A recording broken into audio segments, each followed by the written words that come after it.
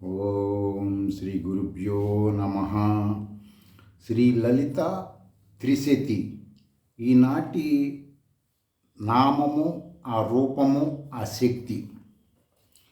మీరు నామం అనగానే ఆమెకు 2 చేతులు, 2 కాళ్ళు, 2 తలకాయలు, చేతిలో బాణాలు, కత్తులు, డాళ్ళు ఇవన్నీ కూడా ఊహించుకోవద్దు. ఇవన్నీ శృతికి విరుద్ధం. అర్థమైందండి? శృతి ప్రామాణిక ఆధ్యాత్మికం మాత్రమే మిమ్మల్ని ఉద్ధరిస్తుంది. మీ తాతగారు, మీ నాన్నగారు, మీ పూర్వీకులు, మీ గురువు గారు చెప్పిన ఆధ్యాత్మికం వాళ్ళని ఉద్ధరిస్తుంది, వాళ్ళ నమ్మకం. మీరు ఒక ప్రత్యేకమైన పరమాత్మ అంశగా భూమి మీద కర్మ అనుభవించడానికి వచ్చారు. మీరు శృతుల జ్ఞానం తెలుసుకోవాలి. మీ ఇంటికి మీరు చేస్తున్న ఏ ఆధ్యాత్మికమైన శృతి ప్రామాణికం అయి ఉండాలి. ఎవరి ఫీలింగ్స్ చేయటం వలన ఉపయోగం లేదు, డబ్బులు వేస్ట్. మీరు అనేక మూర్తుల చుట్టూ తిరగటం వలన కూడా మీకు ఆర్థికంగా, మానసికంగా, శారీరకంగా నష్టాలు, కష్టాలు, ఇబ్బందులు వస్తాయి.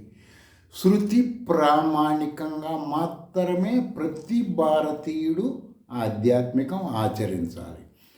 ఎవరెవరో ఫీలింగ్స్, ఎవరెవరో అనుభవాలు అనవసరం కదా. నువ్వు తింటే నీ కడుపు నిండుతుంది. ఆ విధంగా శృతి ప్రామాణికం తెలుసుకోవాలి. ఎట్లా తెలుస్తుందండి మాకు శృతుల ప్రామాణికంగా? ఏ స్వామీజీ దగ్గరికి వెళ్ళినా, ఏ పీఠాధిపతి దగ్గరికి వెళ్ళినా, ఏ ఇంటి పురోహితుడి దగ్గరికి వెళ్ళినా, ఆ పూజ చేయి, ఆ వ్రతం చేయి, ఈ నోము చేయి, ఆ గుడికి వెళ్ళు, ఈ గుడికి వెళ్ళు అని చెబుతున్నాడు కదండి. అంటే టెక్నాలజీ ఉంది కదా, ఉపయోగించుకోండి. శ్రీ విద్యా మంత్రం చేయండి. అదేనండి, శ్రీ విద్యా మంత్రం చేస్తే మాకు తెలుస్తుంది అని అంటే ఖచ్చితంగా తెలుస్తుంది. మీరు వాచా పురాణం మానేసిన నాడే మీకు శృతుల జ్ఞానం వస్తుంది. జన్మించినప్పటి నుంచి మరణించేలోపు ఏ మానవుడైనా, ఏ కులం వ్యక్తి అయినా బై బర్త్, బై డెత్ కాలంలో శృతుల జ్ఞానం తెలియాలంటే 8760 గంటలు ప్రయత్నం చేస్తే ఖచ్చితంగా వాడికి తెలుస్తుంది. ప్రతి మానవుడికి పుట్టినప్పటి నుంచి చచ్చిపోయేలోపు 8760 గంటల కాలాన్ని ఆధ్యాత్మికాన్ని కేటాయిస్తే వాడికి శృతుల జ్ఞానం తెలుస్తుంది. సరేనండి, మరి ఇక అంతవరకు ఎన్ని నిమిషాలు చేస్తే బాగుంటుందండి? అది కూడా చెప్పండి, అది కూడా చూస్తామంటే 5,25,600 నిమిషాలు ప్రయత్నం చేయండి. మీకు శృతుల జ్ఞానం తెలుస్తుంది. శృతుల జ్ఞానం తెలిస్తే ఏమవుతుందండి అంటే ఒక్క రోజుకి ఒకటి చెప్తున్నా కదా, ఆ విధంగా ఉంటుంది. సరే, ఈరోజు లకారము. చాలామంది అంటారు ఏమంటే పంచదశి మంత్రంలో కయ్య ఇలా అసకహల సకల లకారం అదే కదండి అంటారు. అది అలంకారం కోసం చెబుతారు. అర్థమైందండి? శృతుల్లో వాళ్ళ అంటే అందరూ పూర్తిగా అలా నాలాగా చెప్పలేదని చెప్పి వాళ్ళని విమర్శించట్లేదు. వాళ్ళ అనుష్ఠాన జ్ఞానంతో వాళ్ళు అంతవరకు చెప్పగలుగుతారు. అట్లా ఆ విధంగా ఆలోచించాలి. సరే అండి, మరి శృతి ప్రామాణికంగా ఏంటంటే ఇది వినాలన్నా, తెలుసుకోవాలన్నా కనీసం ఈ యొక్క లకార శబ్ద జ్ఞానం తెలియాలంటే పూర్వజన్మ పుణ్యఫలము ఉండాలి. శ్రీ విద్యా ప్రాథమిక జ్ఞానం గత జన్మల్లో ఉన్నవాళ్ళైనా ఇది వినగలుగుతారు. అలాంటి సబ్జెక్ట్ లకారం అనేది. అంతేగాని స్థూలంగా లకార రూప అంటే పంచదశి మంత్రంలో ఉన్న లా అనబడి అక్షరము లేక శబ్దము ఈ దేవతని వివరించటం నా అభిమతము కాదు.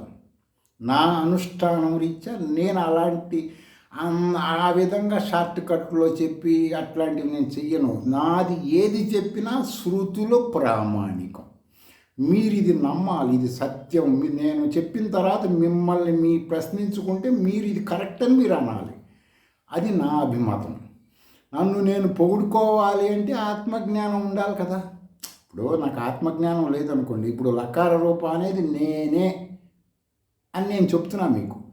మీరు అది నమ్మాలంటే కన్నా నేను నా ఆత్మజ్ఞానంతో చెప్పాను, మీరు నమ్మాలంటే మీకు ప్రాథమికమైన పూర్వజన్మ జ్ఞానం ఉంటే ఆటోమేటిక్గా మీకు మనసులో కరెక్టే అనిపిస్తుంది.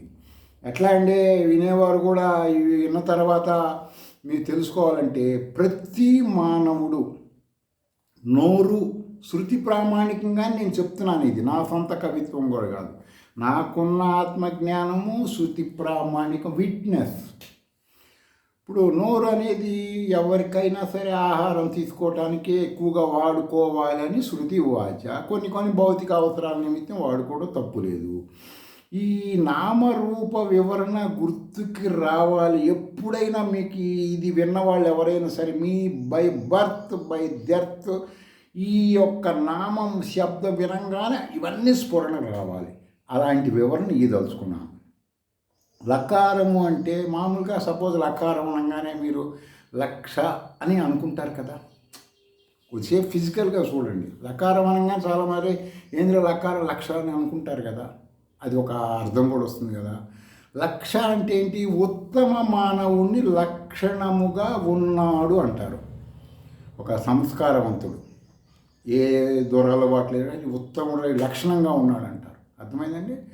ఆ విధంగా లక్షణంగా ఉన్నాడు అంటే ఏంటంటే అర్థం శృతుల్లో, ఇక్కడి నుంచి శృతుల్లోకి తీసుకెళ్తున్నాం మిమ్మల్ని.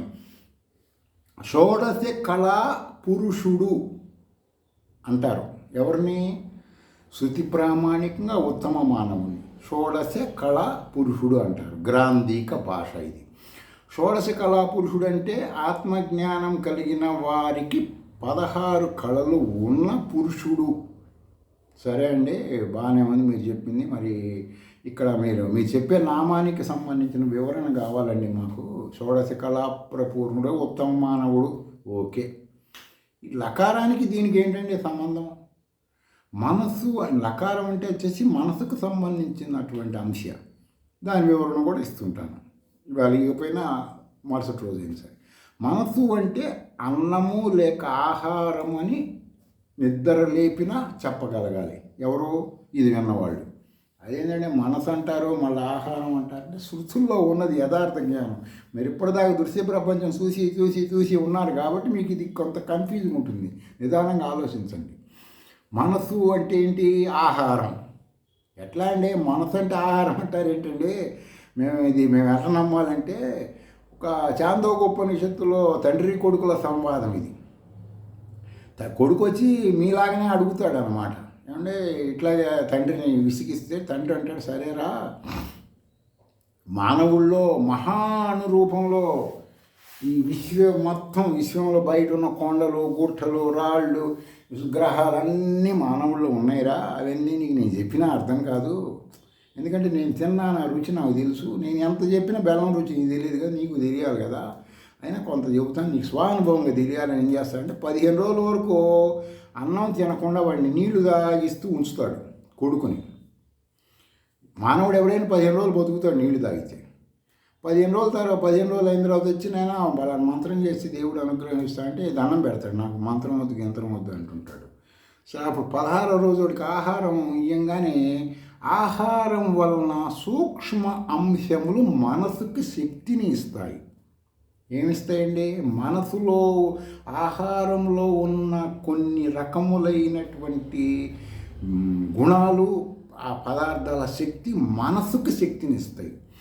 ఆహారం తినటం వలన వచ్చిన ఆ శక్తి, 16వ తీసుకున్న ఆహారం వలన వాడికి ఆ శక్తి వచ్చేసింది. దాన్ని 16 భాగాలుగా విభజిస్తాడండి తండ్రి కొడుక్కి వచ్చేసి ఆహారం పెట్టినాక 16 భాగాలు వాడు తీసుకున్న ఆహారం. 15 రోజుల తర్వాత 16వ రోజు. ఇవన్నీ ఏంటంటే అమావాస్య చంద్రుడు వీటిని పరంగా మన ఋషులు చెప్పారు. మనం వినకుండా అమావాస్య రోజు ఈ అనుష్ఠానం చేస్తే బాగుంటుందండి, పౌర్ణమి రోజు, ఇవన్నీ అంత పరంపర అంట. వలసవాద విద్యావంతులు చెప్పిన ఆధ్యాత్మికం మీరు వినకూడదు, చూడకూడదు, డబ్బులు ఖర్చు పెట్టుకుంటే మీకు ఇవన్నీ తెలుస్తుంటాయి. సరే, ఈ 16 భాగాలుగా విభజించబడిన ఆహారంలో శక్తి అంటే ఏంటండి అంటే 16 కళలు అభివృద్ధి చెందుతాయి మానవుల్లో. అర్థమైందండి? ఆహారం నుంచి 16 కళలు వస్తాయి. ఈ ప్రాక్టికల్గా చూపించాడు కొడుక్కి తండ్రి. ఆ పేర్లు కూడా చెప్తాను నిదానంగా. సరే, ఒకటి వచ్చేసి ప్రాణము అంటారు. 2 శ్రద్ధ, 3 ఆకాశము, 4 వాయువు, 5 అగ్ని, 6 జలము, 7 భూమి. ఇవన్నీ మీ మూలాధార చక్రం అట్లా చూసుకోవాలి మీరు. మన వెంటనే చెప్పంగానే బయటికి వెళ్ళి ఆకాశం, బయటికి వెళ్ళి అగ్ని కాదు. మీలో ఉన్న చక్రాల్లో ఉన్న ఈ సూక్ష్మ అంశముల్లోకి శక్తి వచ్చింది. అప్పుడు మీరు షోడశ కళా ప్రపూర్ణ పురుషుడు పరమాత్మ అయిపోతారు. అప్పటిదాకా ఎవరు అర్థమైందండి. సరే, 8 వచ్చేసి ఇంద్రియాలు, 9 మనసు, 9 మనసు, 10 అన్నము, 11 వచ్చేసి బలము, 12 తపస్సు. అంటే తపస్సు అంటే మీరు గబక్కని కొండల్లో పోయి గుట్టల్లో కూర్చొని ఋషులుగా ఊహించదు. ఆలోచనలకు అబ్జర్వేషన్, మంత్రాలకు అబ్జర్వేషన్, తపస్సు. గుర్తుపెట్టుకోండి. వేద మంత్రాలు అంటే 13 వేద మంత్రాలు అంటే శృతి ప్రామాణికమైనటువంటి అలౌకిక ఆధ్యాత్మిక సౌండ్స్ మాత్రమే పరమాత్మ అంగీకరిస్తాడు. ఎవరో ఆయన చెప్పాడండి, ఏం చెప్పాడండి, వాళ్ళు చెప్పారండి, వీళ్ళు చెప్పాడు, మా గురువు గారు చెప్పారు, బాబా గారు చెప్పారు, అవధూత చెప్పాడు, బాబా ఫకీర్ చెప్పాడు, ఇవన్నీ శృతి విరుద్ధం. అది గుర్తుపెట్టుకోవాలి మీరు. నేను చెప్పింది నమ్మద్దు. మీ ఫోన్లోకి వెళ్ళి మీరు చెక్ చేసుకోండి. 11 కర్మలు అంటే పనులు, ఆహారం ద్వారా ఇవన్నీ వస్తున్నాయి మానవుడికి అర్థం చేసుకోవాలి మీరు. 11 కర్మలు. తర్వాత వచ్చేసి లోకాలు, ప్రాణుల పేర్లు. ఈ విధంగా 1, 2 ఆపుతున్నాను, మీరు నెట్లోకి వెళ్ళి చెక్ చేసుకుంటారని. ఈ 16 కళల జ్ఞానము తెలుసుకున్న వాడికి యథార్థ శృతుల జ్ఞానం తెలుస్తుంది. వాడు మంచి తెలుసుకోవటం వలన మంచితో బాగా మాట్లాడగలగటం కానీ, అభిప్రాయాలు అందరినీ కంట్రోల్ చేయటం కానీ, టాకింగ్ పవర్ రావటం కానీ, తర్వాత వీడు చేసే సర్వకర్మలు అంటే షట్కర్మలు అని ఉంటాయి కదా, ఆకర్షణ, వశీకరణ, మోహన, స్తంభన, మారణ, ఇలాంటివన్నీ ఉంటాయి కదా. వీడు ఏ కర్మ గురించి ఆలోచించి ఆ కర్మ చెప్పినా చేసినా సక్సెస్ అవుతుంది. ఎవరికి? షోడశ కళలను పడేవి తెలుసుకున్నవాడి. తర్వాత బ్రహ్మ విద్యా కర్మలు చేయటానికి అర్హుడు అవుతాడు వీడు. ఇప్పుడు చాలామంది చేస్తున్న వాళ్ళు ఉన్నారు కదండి. చాలామంది వచ్చి మేము ఆధ్యాత్మిక అది చేస్తున్నాం, ఇది చేస్తున్నాం, అది ఇదంటే మీకేమో తెలియదు కదా. నేను మీతో ఏం చెప్తున్నాను, శ్రీ విద్య గురించి అవేర్నెస్ చేస్తున్నాను మీకు. మీరు శృతి విరుద్ధమైనటువంటి వేషధారుల చేత డబ్బులు వేస్ట్ చేసుకోవద్దండి అనవసరంగా.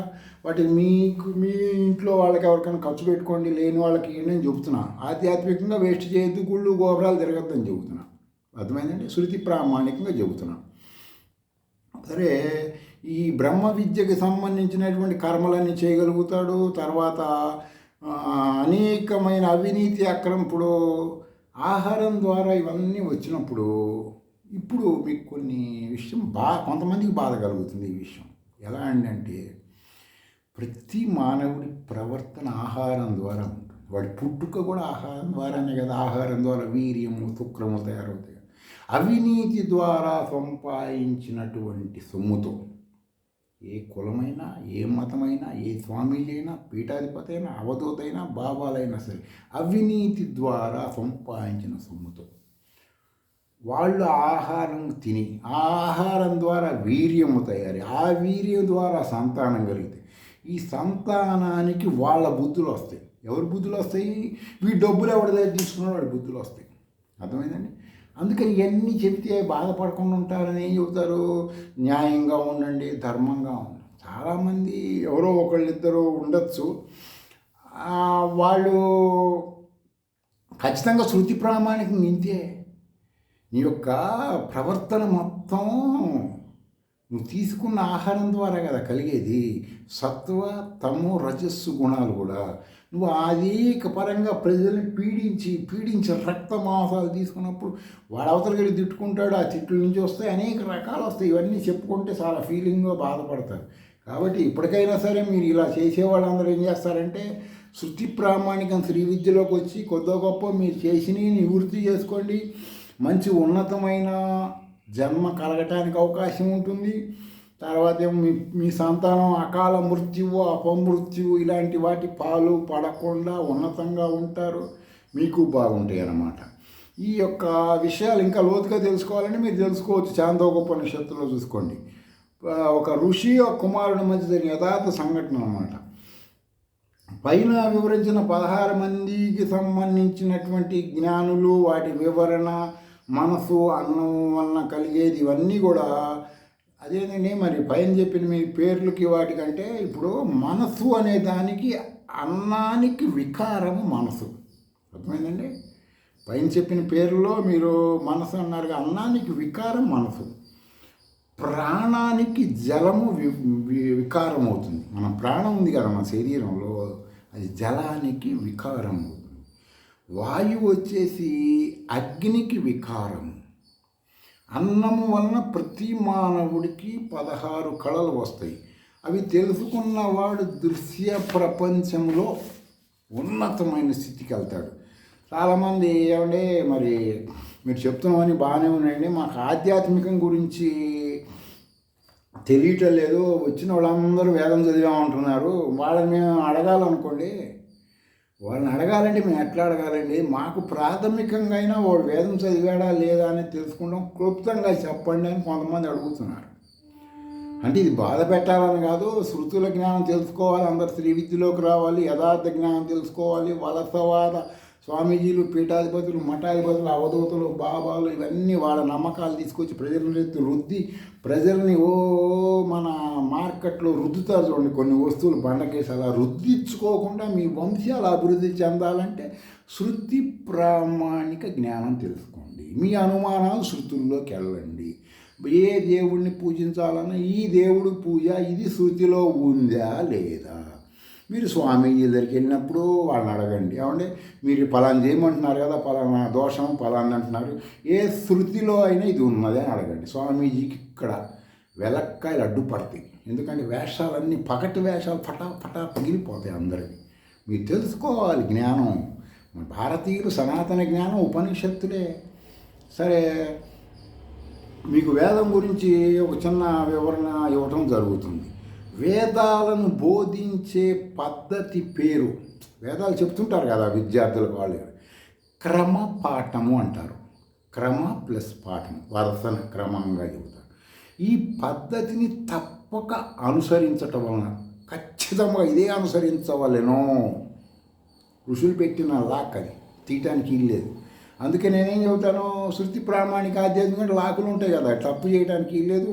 ఇక ఇందులో కలపటానికి ఇల్లేదు. పురాణంలో కలపచ్చు, మీ ఇష్టం వచ్చింది కలుపుకో, ఎవరి భ్రమలు వాళ్ళకు ఉంటాయి. శృతుల్లో భ్రమలు ఉండవండి, ఉన్నది ఉన్నట్టే చెప్పాల్సిందే. సరే, వేదాలలో పాఠ అంతరాలకు వీలు లేకుండా పోయింది. ఇది ఈ విధానంగా ఇలా చెప్పటం వలన పాఠాంతరాలు ఏ విధమైన వీలు లేకుండా పోతుంది. వీటిల్లో పద పాఠము అన్నది ఒక భాగము. అర్థమైందంటే పదము, వేదాల్లో పదాలు ఉంటాయి కదా, వాటిని ఒక భాగం అంటారు. ఇందులో ఈ పద భాగాలలో ఉపసర్గలను అంతసర్గలను విడగొట్టి పదాలను వేరు చేస్తారు. ఎవరో ఋషులు పెట్టింది వీటిలో ఆమనాయం చెప్పటం వినటం వలన ఈ పదాలను వేరు చేస్తారు. ఏం వేరు చేస్తారండి అంటే ఉపసర్గలు, అంతఃసర్గలు ఇలాంటి వేరు చేసి చెబుతారన్నమాట. రెండవది క్రమపాఠము, వేరు చేసి చెబుతారు కదా. రెండవది క్రమపాఠం, వేరు చేసి చెప్పినటువంటి. ఇందులో పదాలకు ఉపసర్గలను కలుపుతారు. అక్కడ విడదీశారు, ఇక్కడ కలుపుతారు. అంటే వాడు పాఠం చదివేటప్పుడు ఎక్కడ ఏది ఇరికించకుండా, ఇప్పుడు ఇరికిస్తారు అందులో ఒక దేవత అలంకారం పెట్టి అదొకటి ఇది ఇరికిస్తారు, ఇక్కడ ఇరికియటానికి కుదరదు అన్నమాట. అలా పెట్టారు ఋషులు. ఇప్పుడున్నటువంటి మేధావులు తెలుసు, షార్ట్ కట్లో చూస్తారని వాళ్ళు అలా చేశారన్నమాట. మూడవది జటాపాఠము అంటారు. ఏమైందండి ఈ జటాపాఠం అంటే పదాలను ఉపసర్గలను కలుపుతారు. ఉపసర్గలను ఇందులో కలుపుతుంటారు జటాపాఠంలో. నాలుగవది ఘంటాపాఠము, ఉపసర్గలు ఇంకా కొన్ని విభాగాల్లో కలుపుతారు ఇందులో. వీటిని ప్రాతిశాఖ్య అన్ని పలానా శాఖలు ఉంటాయి కదా, ప్రాతిశాఖ్య అంటారు ఈ విధానాన్ని మొత్తాన్ని. ఘంటాపాఠము, ఉపసర్గలు ఇంకా కొన్ని విభాగాలని మొత్తాన్ని ఈ ప్రాతిశాఖలో కలుపుతారు. ఘనాపాఠము అని ఉంటుందండి. వేద అభ్యాసం అప్పుడు ఇప్పుడు వేదం చదువుకుంటే అక్షరం అయిన తర్వాత చెప్తుంటారు కదా, ఆ విధంగా ఘనాపాఠం అని ఉంటుంది. వేద అభ్యాసపు తీరు అది. వేదాన్ని చెప్తుంటారు కదా, అభ్యాసం రోజు ఇదైపోయినాక అది అయిపోయినాక అది, ఆ విధంగా అభ్యాసపు తీరు ఈ ఘనాపాఠం అంటే పవర్ఫుల్ హైయెస్ట్గా ఉంటుంది. అది చదువుకున్న వాళ్ళు కూడా, ఘనాపాఠం కూడా చదివిన వాళ్ళు దీని యొక్క అంగ ప్రత్యంగముల యొక్క స్వానుభవం లేక, తెలుసుకోలేక, కర్మల రీత్యా, దేశమాన కాలమాన ప్రవర్తన రీత్యా వాళ్ళని ఎవరు పెళ్లి చేసుకోవడానికి కూడా రావట్లేదు, అంత చదువు తగిన వాళ్ళు. ఇప్పుడు నా బ్రాహ్మణ కులముల్లో చదువుకున్న వాళ్ళలో 90% ఇంటర్ కాస్ట్ మ్యారేజ్లో చేసుకుంటున్నారు, గుర్తుపెట్టుకోండి. 90%. మీకు కావాలంటే ఫేస్బుక్లో, యూట్యూబ్లోకి వెళ్ళి తెలుస్తాయి. ఇలాంటి మహానుభావులు ఇలా ఎవ్వరు చేసుకోవాలి. పిలక ఎందుకు పెట్టుకోవాలి? గతంలో కూడా ఇచ్చాను. ఏ మానవుడు ఆధ్యాత్మికంగా పిలక పెట్టుకుని పిట్యూర్ గ్రంథి కంట్రోల్ చేస్తాడు. అది కంట్రోల్ లేకపోతే రేపులు, మర్డర్లు, మానభంగాలు ఇవన్నీ జరిగేది. ఆ పిట్యూర్ గ్రంథి అవుట్పుట్, ఇన్పుట్ను కంట్రోల్ చేసే సిస్టమ్స్, టెక్నాలజీగా మన ఋషులు మనకు పెట్టారు. ఈ వేదాలు చదువుకున్న వాళ్ళ వల్ల ఏంటంటే ఉపయోగం అంటే, ఆ విధంగా సత్వ, రజో, తమో గుణాలతో ఉండి తరతరాలు సుఖపడతారు. ఇప్పుడున్న వాళ్ళు వేదాలు చదువుకున్న వాళ్ళు కూడా వాళ్ళ పిల్లల్ని ప్రైవేట్గా చదివించేసరికి వాళ్ళు ఏరేరే పెళ్లి చేసుకుని అక్కడ రకాల మాంసాలు తిని ఇక్కడికి వచ్చి తల్లిదండ్రులతో ఉండి తల్లిదండ్రులు వాళ్ళని ఏమనలేక అబ్బబ్బబ్బ కలగా పొలగం చేసేసారండి. ఎందుకని? శృతుల్లోకి వెళ్ళకుండా ప్రజల్ని పోనీకిపోబట్టి. గుర్తుపెట్టుకోండి. సరే, ఈ జటాపాఠము, పదపాఠము, క్రమపాఠము 4 విధాలుగా ఉంటుందండి. మీ ఇంటికి ఎవరో వచ్చారు, వచ్చిన తర్వాత ఏమండి నేను వేదం చదువుకున్నట్టు మీరు కనుక ఏం అడిగాను, క్రమపాఠ, జటాపాఠ, పదాపాఠ, రథాపాఠ కూడా ఉక్కిరి బిక్కిరైపోతాడు. చదివానని చెప్పాలి, వేదం చదివానని అబద్ధం చెప్పకూడదు. అది ఘోరమైన పాపం. కట్టిక కసాయి వాడినైనా నమ్మచ్చు, కానీ పొట్టకూటి కోసం వేదం చదివానని చెప్పేవాడు నమ్మకూడదు. శాస్త్రవచనం నేను చెప్పేది అర్థమైందండి. కాబట్టి వేదం అంటే విశ్వ విజ్ఞానం, పరమాత్మ జ్ఞానం. అది చదివానని పొట్టకూటి కోసం అబద్ధాలు చెప్పకూడదు. దాన్ని నేను శ్రీ విద్యా ఉపాసకులు అందరూ ఖండిస్తారు. నేను అదే చెప్తున్నాను, మీకు ప్రత్యేకంగా చెప్పట్లేదు. ఈ విధంగా ఇందులో ఈ 4 విధాలుగా క్రమము, జటము, పదము, రథము, ఈ పాఠం అనేది చదువుకున్నటువంటి వాళ్ళు ఇందులో విశేషాలు అద్భుతంగా ఉంటాయి, వినసొంపుగా ఉంటాయి. పొగడతలు అంటే ఏమిటంటే, ఒకడు మంచం మీద పడుకొని ఉన్నాడు, వీడు బతకడు, ఇంక తీసి అవతల పారేశాడు. ఒక జటాపాటి వచ్చి ఆయుష్ సూక్తము కానీ, ఆరోగ్య సూక్తం కానీ అలాంటి చదివితే ఆ పడుకున్నోళ్ళు లేచి కూర్చుంటాడు. అది మన ఋషులు మనకిచ్చిన వరం. ఒక పదాన్ని మరి కొంతమంది అంటే ఏంటంటే ఇవన్నీ జటలు ఘటలు పదాలు అంటే ఏంటంటే, ఒక పదాన్ని విడతీసి వాటి ముందు వెనుకలు పదాలతో కలిపి చదువుతారన్నమాట. దాన్ని జటాపాఠం అంటారు. అర్థమైందండి? జటాపాఠం అంటే మామూలు క్రమం. జటాపాఠం తక్కువ మంది ఉంటారు. ఇప్పుడు మీరు చూసి ప్రపంచంలో ఉన్న వాళ్ళందరిలో 100 మంది వేద పండితులు ఉంటే ఒక్కడు ఉంటాడు జటాపాఠి. అది 99 మంది రాగానే క్యాష్ క్యాష్ క్యాష్, పరిగెత్తడం క్యాష్. సంధ్యావందనం కూడా చేసి చాలామంది, నేను ఆ మాట అండి బాధపడతారు. క్యాష్, చీరల వ్యాపారాలు అమ్ముకోవటం ఇళ్ళ దగ్గర, పిల్లల కోసం, రకరకాల భుక్తి కోసమే. విశేషమైన చదువు జ్ఞానం లేక, పరమాత్మ జ్ఞానం, విశ్వాన్ని శాసించండి వేద పండితుడు. అనుష్ఠాన బలం అండి. వేదం చదువుకోవటం వల్ల శాసించలేడు, అనుష్ఠానం. సంధ్యావందనం చేస్తాడు కదా త్రికాలం, అనుష్ఠాన పవర్. సరే, వీటిల్లో ఈ యొక్క ఘనము చదివేటువంటి వాడు పదాన్ని, ముందు పదాలని వెనక పదాలని అటు ఇటు తిప్పి గట్టిగా బిక్కిరి చేసేస్తాడు.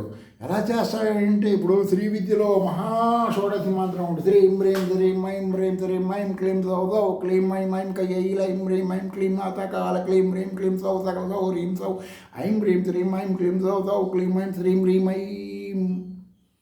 ఈ విధంగా ఇంకా వివరణంగా చేస్తారు జటాపాఠం చదివిన. దాన్ని శ్రీ విద్యలో మహాషోడశి ఇవన్నీ అంటుంటారు. ఆ విధంగా తప్పులు సరిదిద్దటం, ఘనాపాటి సరిదిద్దేవాళ్ళని ఘనాపాట్లు అంటారు. తప్పులు సరిదిద్దుతారు వాళ్ళు. వేదం చదువుకున్న వాళ్ళని తప్పులు చదువుతారు కదా. ఇప్పుడు రుద్రాభిషేకం చేసేవాడు ఏమని ఉంటుంది శాస్త్రంలో? గల్లీ గల్లీకి సందు సందుకి ఆశ్రమాలు పీఠాధిపతుల్లో ఎంతోమంది ఇళ్లలో కూడా ఏలు శివలింగం, ఇంత శివలింగం పెట్టి చేస్తుంటారే. ఏంటి దాని అర్థం? రుద్రుడు అయి రుద్రుడిని అర్చించాలి. అర్థమైందంటే గబగబ 4 ఈ బూదిరేగలు గోచులు పెట్టుకుని ఇదా టైం వేస్ట్, డబ్బులు వేస్ట్. అంద పరంపర. నువ్వు రుద్రుడు అవ్వాలి అంటే ఏం చేయాలి? అందులో క్లియర్గా ఉంటుంది, చూసుకో. నా రుద్ర అర్చన రుద్రుడైతేనే రుద్రుని అర్చించాలి. అప్పు మామూలు సబ్జెక్ట్ కాదండి. అందువల్ల నేను ఏమంటాను, వేదాలు చదువుకోలేని వాళ్ళు, ఇవన్నీ చేసేవాళ్ళు, మీరు అంద పరంపర డబ్బులు వేస్ట్ చేసుకోకుండా ఈ 2026 ఇంగ్లీషు నామ సంవత్సరం నుంచి అయినా ప్రాథమికంగా అయినా స్త్రీ విద్య గురించి తెలుసుకోండి. నేను రేపు పొద్దున మీలో ఉన్నటువంటి మహాశక్తి, మీలో ఉన్న మహాశక్తి ఎలా ఉంటుంది అనేది రేపు చెప్తాను. స్వస్తి.